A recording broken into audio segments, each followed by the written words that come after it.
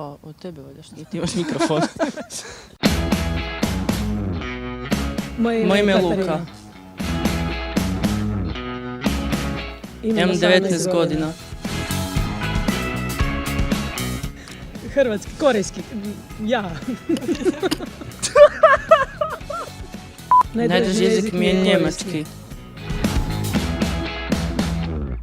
To je natjecanje kojeg organizira Europska komisija i sad to okupljaju klince rođene u određenoj godini da oni prevode s bilo kojeg jezika Europske unije na bilo koji drugi službeni jezik Europske unije. Jezika. Natjecanje iz prevođenja. Mira u svijetu. I ovdje sam jer sam prošle godine pobjedila na natjecanju Juvenes Translatores. A i ja sam pobjedio na natjecanju Juvenes Translatores 2015. godine. Jesam li? Da, ja sam 15. 2014. godine. I pobjedila sam 2013. na natjecanju Juvenes Translatores.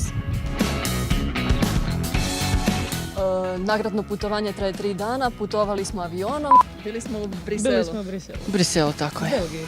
To je nagrada za pobjedu. Tamo je bila dodjela nagrada. Postoji live stream dodjele nagrada. Imao sam priliku vidjeti kako rade prevoditelji.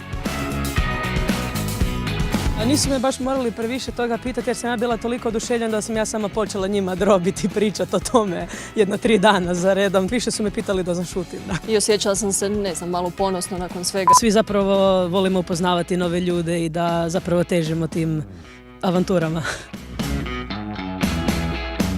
Svako bi se trebao prijaviti na ovo natjecanje jer jedino što se može izgubiti je par sati nastave. Ako sam to mogao ja, može svatko. Ma ne može. Ja bih vam svakako preporučio da se prijavite jer vas ništa ne košta, a imate priliku doživjeti jedno nezaboravno iskustvo. Ljudi, zabava, jezici, 3 dana dobrog provoda, novih ljudi, svakako bi se opet prijavila. Juvenes Translatores, prijavite se!